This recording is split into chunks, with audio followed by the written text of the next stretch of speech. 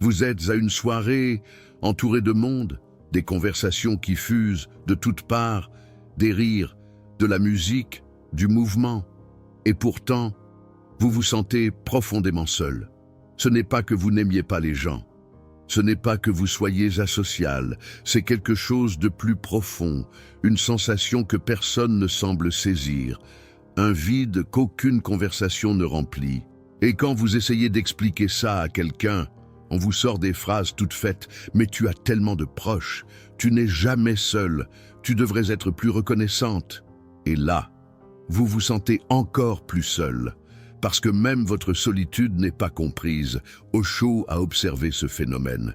Il a compris qu'il existe une différence fondamentale entre être seul et se sentir seul, et que la plupart des gens confondent complètement les deux. Aujourd'hui, je vais vous montrer pourquoi vous vous sentez seul, même entouré de monde. Et plus important encore, je vais vous révéler ce que votre âme recherche vraiment. Quelque chose qu'aucune personne, aucune relation, aucune foule ne peut vous donner. Mais avant, je dois vous montrer quelque chose qu'Osho a découvert sur la nature de la solitude. Il a dit quelque chose qui change tout. Il a dit qu'être seul et se sentir seul, c'est totalement différent. Non seulement différent, mais opposé. Se sentir seul, c'est un état négatif. Vous désirez l'autre, vous aspirez à la compagnie. La foule vous manque, vous ne supportez pas votre propre présence, vous vous trouvez insupportable, vous vous ennuyez avec vous-même.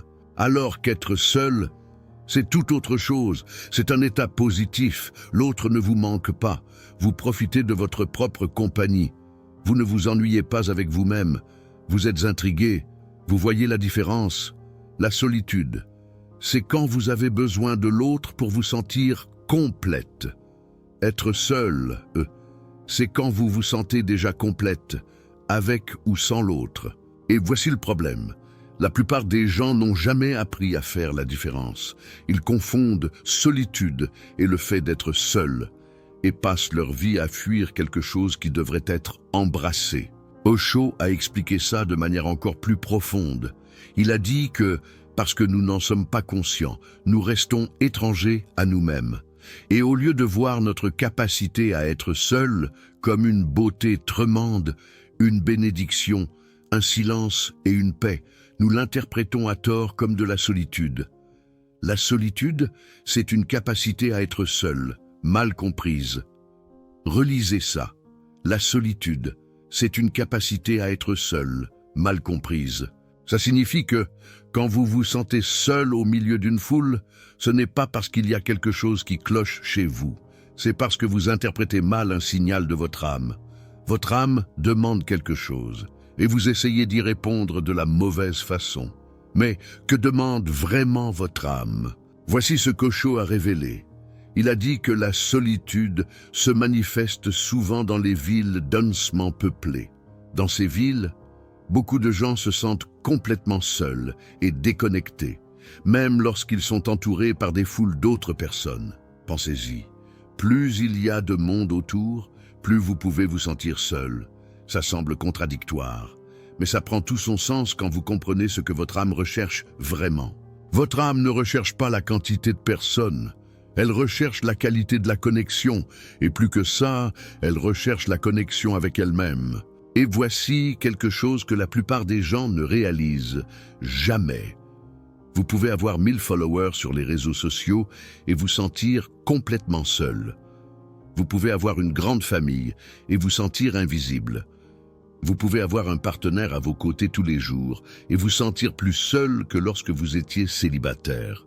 Parce que la solitude, ce n'est pas l'absence de personne, c'est l'absence de connexion réelle. Et la connexion réelle n'arrive que lorsque deux personnes entières se rencontrent, pas quand deux vides tentent de se combler mutuellement. Osho a dit que l'amour entre deux personnes ne peut arriver que lorsque les deux sont indépendantes, lorsque les deux peuvent être seules et heureuses, lorsque aucune n'a besoin de l'autre pour se sentir complète. C'est alors seulement qu'il y a partage vrai. Sinon, ce ne sont que deux mendiants qui essaient de soutirer l'un à l'autre ce que ni l'un ni l'autre n'a à donner. Osho a dit que nous sommes seuls. La terre entière peut être bondée, mais malgré tout, chaque individu est seul. Même quand nous sommes dans une foule, nous sommes toujours seuls. C'est la vérité que la plupart des gens ne veulent pas accepter. Vous êtes né seul, vous allez mourir seul, et au fond, vous vivez seul. Personne ne peut entrer dans votre esprit. Personne ne peut ressentir exactement ce que vous ressentez. Personne ne peut vivre votre vie à votre place.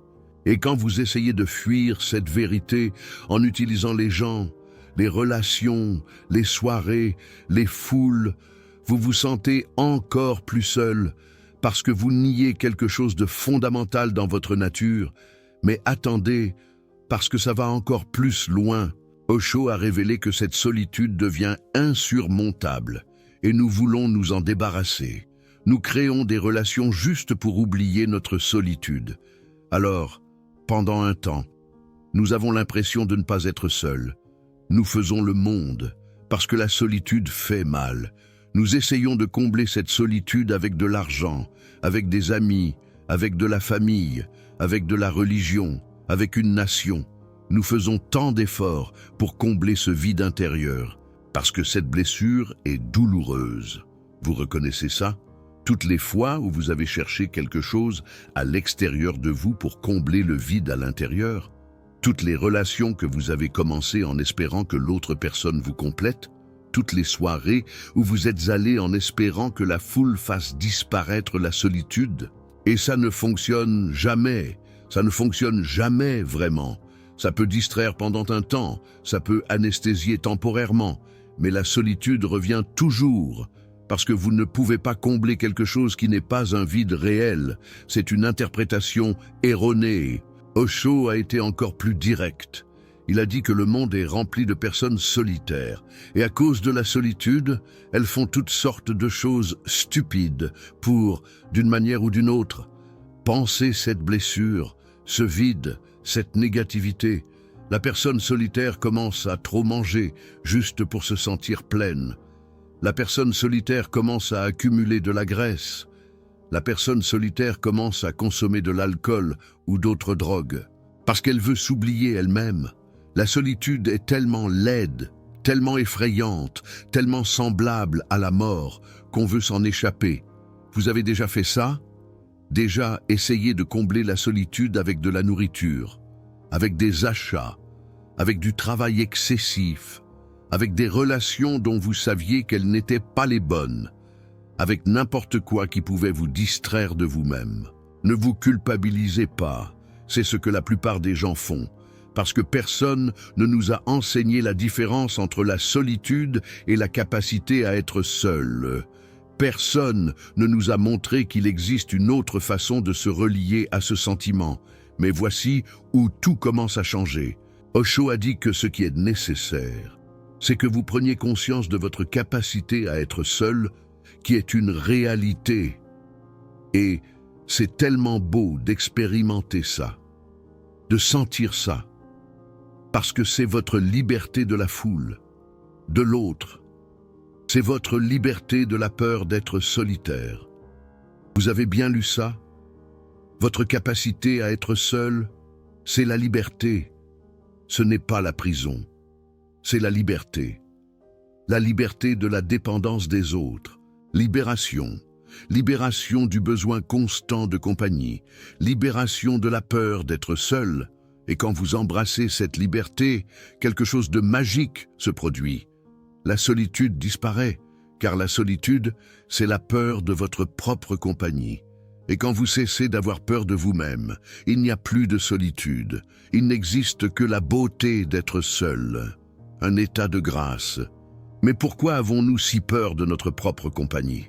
Pourquoi fuyons-nous nous-mêmes comme si nous étions un danger? Osho l'a expliqué. Il a dit que depuis l'enfance, on nous a appris à regarder vers l'extérieur. Regardez vos parents, regardez vos professeurs, regardez la société, imitez, copiez, soyez comme les autres. Personne ne nous a enseigné à regarder vers l'intérieur. Personne ne nous a montré le trésor qui existe là. C'est comme chercher le bonheur à des kilomètres, alors qu'il est déjà là, tout près de vous. Alors nous grandissons, étrangers, eux, à nous-mêmes. Nous connaissons des milliers de personnes, mais nous ne savons pas qui nous sommes. Nous avons des opinions sur tout, mais nous ne savons pas ce que nous ressentons vraiment. Nous courons le monde entier, mais nous ne visitons jamais notre propre intérieur. Et quand nous nous retrouvons seuls, nous sommes confrontés à cette étrangère, cet inconnu, que nous sommes nous-mêmes. Et cela effraie, parce que nous ne savons pas ce que nous allons trouver là. C'est comme se perdre dans les rues de Paris sans carte. Mais Osho a dit que c'est exactement ce que nous devons faire. Nous rencontrer, nous connaître, parce que tant que nous serons étrangers à nous-mêmes, nous serons solitaires où que nous soyons, même dans une foule, même dans une relation, même entourés de personnes qui disent nous aimer. Osho a donné une définition puissante. Il a dit qu'être seul, c'est l'Everest de la méditation, le pic le plus haut, baigné de soleil. Une fois que vous commencez à apprécier d'être seul, il n'y a pas de fin à la croissance de votre joie. Elle continue de grandir, continue de se répandre. On dirait que l'univers entier est rempli de joie et de fragrance. C'est comme écouter une symphonie de Debussy en contemplant les lumières de la Tour Eiffel. C'est l'opposé de ce que la société enseigne. La société dit qu'être seul, c'est mauvais, que vous avez besoin de gens tout le temps, que la solitude est un signe d'échec social, que si vous aimez être seul, quelque chose ne va pas chez vous. Mais Osho a montré que c'est exactement le contraire. La capacité d'être seul, est le plus grand cadeau que vous puissiez vous faire, et c'est à partir de cette capacité que naît toute connexion véritable. C'est comme trouver un trésor caché dans les catacombes de Paris. Mais comment exactement transformez-vous la solitude en capacité d'être seul? Parce que les deux semblent identiques de l'extérieur. Vous êtes physiquement seul dans les deux cas. La différence est interne. Osho a donné la clé. Il a dit que la méditation, c'est simplement le courage d'être en silence et seul. Lentement, vous commencez à sentir une nouvelle qualité en vous-même, une nouvelle vivacité, une nouvelle beauté, une nouvelle intelligence qui n'est empruntée à personne, qui grandit à l'intérieur de vous. Elle a des racines dans votre existence. Et si vous n'êtes pas couard, vous arriverez à la fructification, à l'épanouissement. C'est comme voir les fleurs éclore au printemps dans les jardins de Versailles. Alors, la première transformation, c'est le courage. Courage d'être en silence, courage d'être avec vous-même, courage de ne pas fuir vers des distractions au moment où la solitude apparaît. La plupart des gens font l'opposé. À la seconde où elles se sentent seules, elles prennent leur téléphone portable, allument la télévision, appellent quelqu'un, font n'importe quoi pour ne pas rester avec eux, elles-mêmes. Et c'est pourquoi la solitude n'est jamais guérie, parce que vous ne vous êtes jamais donné la chance de découvrir ce qui se cache derrière elle. Vous continuez de fuir avant de voir ce qui existe vraiment là. Osho a dit que vous ne pouvez pas lutter directement contre l'obscurité, contre la solitude, contre la peur de l'isolement. La raison, c'est que toutes ces choses n'existent pas. Elles sont simplement des absences de quelque chose, tout comme l'obscurité est l'absence de lumière. C'est profond. La solitude n'est pas une présence, c'est une absence. C'est l'absence de connexion avec vous-même. Et quand vous essayez de lutter contre une absence, vous perdez. Vous ne pouvez pas vaincre quelque chose qui n'existe pas. Ce que vous pouvez faire, c'est apporter la présence, apporter la lumière de la conscience, apporter la présence de la méditation. Et quand la présence arrive, l'absence disparaît automatiquement. Pensez à une pièce sombre. Vous pouvez lutter contre l'obscurité toute la nuit. Vous pouvez crier après elle. Vous pouvez la pousser. Vous pouvez essayer de l'expulser. Rien ne fonctionnera, parce que l'obscurité n'est pas une chose, c'est l'absence de lumière. Mais si vous allumez simplement une bougie, l'obscurité disparaît instantanément. Vous n'avez pas eu besoin de lutter contre elle. Vous avez juste eu besoin d'apporter la présence de la lumière. La solitude fonctionne exactement ainsi. Vous ne pouvez pas lutter contre elle directement. Vous ne pouvez pas l'expulser avec des relations. Vous ne pouvez pas l'éloigner avec des soirées. Vous ne pouvez pas l'éliminer avec des distractions. Mais vous pouvez apporter la présence de la conscience. Et quand la conscience arrive, la solitude disparaît. Et c'est ce que la méditation fait. Elle ne lutte contre rien. Elle apporte simplement la présence, apporte la conscience, apporte la lumière. Et dans la lumière, toutes les ombres disparaissent. Osho a expliqué que le jour où vous décidez que tous ces efforts sont des échecs, que votre solitude est restée intacte par tous vos efforts, c'est un grand moment de compréhension. Alors, au lieu de courir vers l'extérieur et au loin, vous fermez les yeux et allez vers l'intérieur. Soudain, la nuit se termine et une nouvelle aurore. La solitude se transforme en capacité d'être seul. C'est le point de bascule. Quand vous cessez d'essayer de combler la solitude avec des choses externes et décidez d'aller vers l'intérieur, quand vous cessez de fuir et décidez d'encaisser, quand vous cessez de chercher chez les autres ce qui ne peut être trouvé qu'en vous-même, c'est comme trouver la paix intérieure en visitant la cathédrale Notre-Dame. Mais voici quelque chose d'encore plus important. Osho a dit que cela ne signifie pas que vous devez aller dans les montagnes. Vous pouvez être seul au marché. C'est simplement une question d'être conscient, alerte, attentif, attentive, se rappelant que vous êtes seulement votre observation. Alors vous êtes seul où que vous soyez. Vous pouvez être dans la foule. Vous pouvez être dans les montagnes. C'est la libération. Vous n'avez pas besoin de vous isoler pour trouver la paix. Vous n'avez pas besoin de fuir les gens pour vous trouver vous-même. Vous pouvez être complètement présent dans une foule et pourtant être seul. Parce qu'être seul n'est pas une absence de personne. C'est une présence de vous-même. Il a continué à expliquer dans la foule. Vous observez la foule. Dans les montagnes, vous observez les montagnes. Avec les yeux ouverts, vous observez l'existence. Avec les yeux fermés, vous vous observez vous-même. Vous êtes seulement une chose, l'observateur, l'observatrice, et cette observateur, observatrice est la plus grande réalisation. C'est votre nature de Bouddha, c'est votre nature d'illumination, de votre éveil. Alors la pratique est simple. Observez, où que vous soyez, observez, observez les autres. Observez vous-même, observez vos pensées, observez vos sentiments, observez la solitude quand elle apparaît, ne fuyez pas, observez, et quelque chose de magique se produit quand vous observez la solitude. Elle commence à se dissoudre, parce que la solitude n'existe que quand vous êtes complètement identifié, à elle.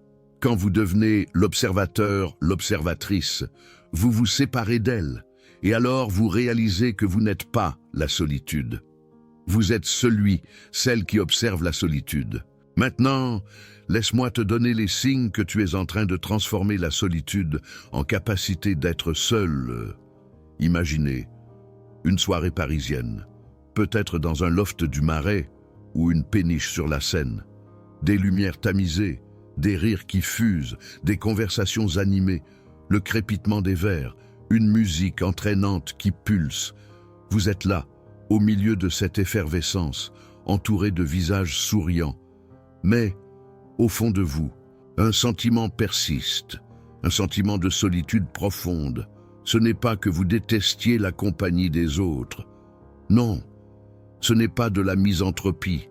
C'est quelque chose de plus viscéral, un voile qui vous enveloppe. Une sensation que personne ne semble comprendre, un gouffre béant que toutes ces distractions ne parviennent pas à combler. Et lorsque vous tentez d'exprimer ce malaise, on vous répond invariablement « Mais tu as tellement de proches, tu n'es jamais seul, sois reconnaissant ». Ces mots, au lieu de vous apaiser, ne font qu'accentuer ce sentiment d'isolement. Le premier signe, c'est que vous arrêtez d'avoir peur d'être seul. Avant, l'idée d'un week-end sans plan vous apprenait. Maintenant, vous voyez ça comme une opportunité, un cadeau, un temps pour être avec vous-même, pour vous recentrer. Le deuxième signe, c'est que vos connexions deviennent plus profondes, parce que vous ne vous connectez plus par désespoir. Vous ne cherchez plus chez les autres ce que vous devriez chercher en vous.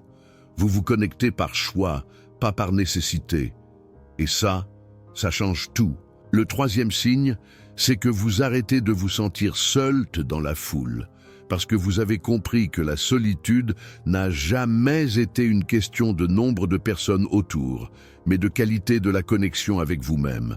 Et maintenant que vous avez cette connexion, vous pouvez être n'importe où sans vous sentir vide. Le quatrième signe, c'est que le silence devient confortable. Avant, le silence était terrifiant. Vous aviez besoin de bruit, de distraction, de n'importe quoi pour remplir l'espace. Maintenant, le silence est un ami, et c'est en lui que vous trouvez vos plus grandes perceptions, vos révélations les plus importantes. Le cinquième signe, c'est que vous arrêtez de chercher la validation externe. Avant, vous aviez besoin que les autres vous disent que vous étiez bon, important, aimé. Maintenant, vous le savez déjà, parce que vous vous connaissez.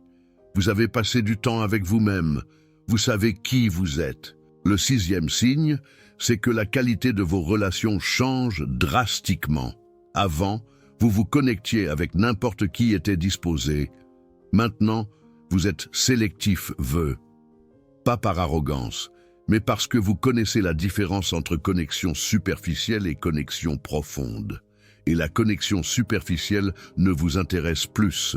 Le septième signe, c'est que vous arrêtez d'avoir peur de perdre des gens.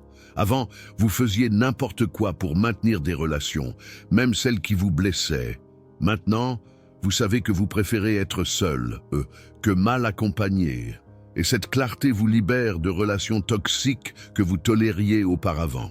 Osho a dit que seulement quand vous êtes capable d'être seul et aussi heureuse que quand vous êtes avec quelqu'un, vous ne serez jamais dans les griffes d'une autre personne, parce que vous n'avez besoin de personne. Et paradoxalement, c'est exactement ça qui vous rend capable d'aimer vraiment. Vous venez d'apprendre quelque chose qui peut changer complètement votre façon de vous relier à la solitude. La plupart des gens passent leur vie à la fuir, à essayer de la remplir avec des gens, des choses, des distractions, et ne trouvent jamais la paix. Jamais. Maintenant, vous savez qu'il existe un autre chemin. Un chemin qui transforme la solitude en liberté. Un chemin qui transforme la blessure en cadeau. Ce type de clarté est rare. La plupart des gens ne découvrent jamais la différence entre solitude et capacité d'être seul, et vivent prisonniers d'un cycle de recherche externe qui ne satisfait jamais. Quand vous cliquez sur le Super Thanks, vous ne faites pas qu'appuyer cette chaîne. Vous êtes en train de dire que cette vérité compte, que vous choisissez la liberté d'être avec vous-même, que vous choisissez de transformer la solitude en Pikes. Chaque Super Thanks finance la prochaine révélation, la prochaine vérité, le prochain éveil. Le cœur doré est juste en dessous. Cliquez. Choisissez la liberté. Maintenant, laissez-moi vous donner quelque chose de pratique que vous pouvez commencer aujourd'hui. Osho a dit que se réjouir de sa propre capacité à être seul, c'est de cela dont il s'agit dans la méditation. Le méditant, c'est celui qui plonge profondément dans sa capacité d'être seul, sachant que nous sommes nés seuls, que nous mourrons seuls, et qu'au fond, nous vivons seuls. Alors pourquoi ne pas expérimenter ce qu'est vraiment cette capacité d'être seul? La pratique est simple. Réservez un temps chaque jour pour être avec vous-même, sans téléphone, sans télévision, sans livre, sans distraction, juste vous et vous. Au début, ça va être inconfortable. La solitude va apparaître, l'ennui va apparaître, l'anxiété va apparaître, tous les fantômes que vous évitiez vont apparaître. Ne fuyez pas, observez, restez présent, et quelque chose va commencer à changer.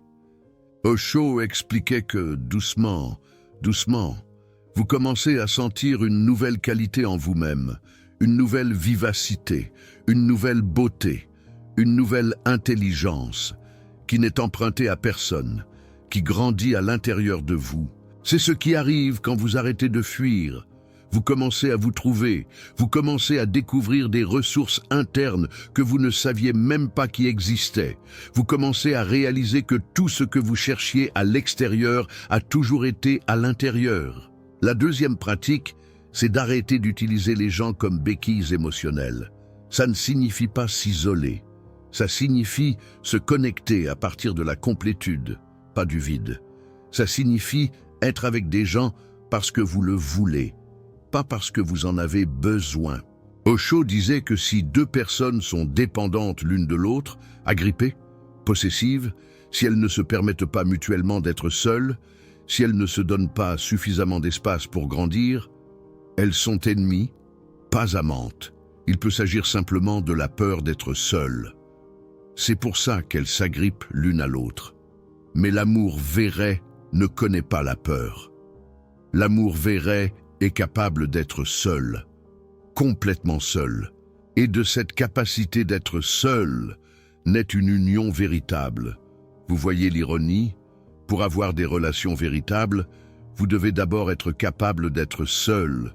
Pour aimer vraiment, vous devez d'abord ne pas avoir besoin de l'autre. Pour vous connecter profondément, vous devez d'abord être complet, être seul. La troisième pratique, c'est d'embrasser le vide au lieu de le fuir. Osho révélait que le vide est votre centre le plus intime. Toute l'activité est à la périphérie. Le centre le plus intime est juste un zéro. Tout le manifeste est à la périphérie. Le noyau le plus profond de votre être est le vide non manifeste. Bouddha a donné à ça un nom, Shunyata. Ça signifie rien ou vide. C'est votre nature, votre être. Et de ce rien, tout vient et tout y retourne. Ce vide est la source, ça change tout. Le vide que vous sentez n'est pas votre ennemi, c'est votre source. C'est de là que tout naît. Et quand vous arrêtez de le fuir et que vous plongez en lui, vous découvrez que ce n'est pas un vide de façon négative. C'est un vide de façon génératrice. C'est l'espace d'où toute créativité, toute paix, toute joie émerge. La quatrième pratique, c'est la plus importante. Arrêtez d'interpréter votre capacité d'être seul comme quelque chose de mauvais. La société vous a enseigné qu'avoir besoin des gens tout le temps est normal, qu'aimer être seul est étrange, que préférer sa propre compagnie est antisocial. Osho a montré l'opposé. Il a dit que la fonction du maître est de vous aider à être seul. La méditation n'est qu'une stratégie pour enlever votre personnalité, vos pensées, votre esprit, votre identité avec le corps, et vous laisser absolument seul à l'intérieur. Juste un feu vivant. Vous n'êtes pas brisé parce que vous aimez être seul. Vous êtes en train de vous éveiller. Vous n'êtes pas étrange parce que vous préférez votre propre compagnie. Vous êtes en train de vous trouver. Vous n'êtes pas antisocial parce que vous avez besoin de temps seul. Vous êtes en train de guérir. Maintenant, laissez-moi vous donner les signes que votre âme est déjà en train de s'éveiller à la capacité d'être seul. Le premier signe, c'est que les soirées et les foules commencent à paraître vides. Pas parce que vous êtes déprimé, mais parce que vous avez commencé à sentir la différence entre connexion superficielle et connexion profonde. Et les connexions superficielles ne vous satisfont plus. Le deuxième signe, c'est que vous commencez à préférer les conversations profondes avec peu de gens, plutôt que les discussions futiles avec une foule. La quantité a perdu de son importance. La qualité, c'est tout. Le troisième signe, c'est que le silence cesse d'être effrayant pour devenir nutritif. Vous commencez à rechercher le silence, à en avoir besoin, à vous sentir plus vous-même en sa présence, comme si vous étiez enfin rentré chez vous après un long voyage. Le quatrième signe, c'est que vous arrêtez de remplir chaque instant avec des activités. Avant, vous deviez toujours être occupé. Maintenant, vous vous autorisez des espaces, vous permettez des pauses, vous acceptez le vide. Le cinquième signe, c'est que la solitude se transforme en paix. Le même état qui était douloureux devient délicieux. Ce qui était autrefois une blessure devient une bénédiction, un havre de paix. Dans les commentaires, dites-moi, vous sentez-vous seul, même entouré de proches? Et surtout, avez-vous commencé à découvrir la différence entre la solitude et la capacité d'être seul avec soi-même? Soyez honnête, l'honnêteté envers soi-même est le premier pas. Dans la précédente vidéo, j'ai révélé la vérité brutale sur ceux qui font semblant de vous aimer. Et dans la prochaine, je vais explorer cette solitude que personne ne comprend, car personne ne la vit vraiment. Activez la cloche pour ne rien manquer. Votre solitude n'est pas un accident. Vous êtes seul parce que votre âme recherche quelque chose qu'aucune personne ne peut vous donner. Elle vous cherche, vous-même. Et le chemin pour se retrouver est un chemin solitaire. Personne ne peut le faire à votre place. Personne ne peut vous accompagner jusqu'au centre de votre être, jusqu'à cette cathédrale intérieure. Mais quand vous y arrivez, quelque chose de magique se produit. La solitude disparaît parce que vous avez enfin trouvé la compagnie que vous avez toujours cherchée. Vous vous êtes trouvé vous-même. La lumière au bout du tunnel. Osho a dit que la capacité d'être seul est votre liberté. Liberté de la foule, liberté des autres, liberté de la peur. Accueillez cette liberté, plongez-vous dedans. Laissez la solitude se transformer en paix, en sérénité. Vous le méritez, et maintenant vous savez comment y parvenir. La prochaine fois que vous vous sentirez seul dans une foule, rappelez-vous, ce n'est pas parce que quelque chose ne va pas chez vous, c'est parce que votre âme vous appelle à la maison, et cette maison, c'est vous-même. Rentrez en vous-même, trouvez-vous, et découvrez que la compagnie que vous avez toujours cherchée vous attendait tout le temps à l'intérieur. Toujours à l'intérieur.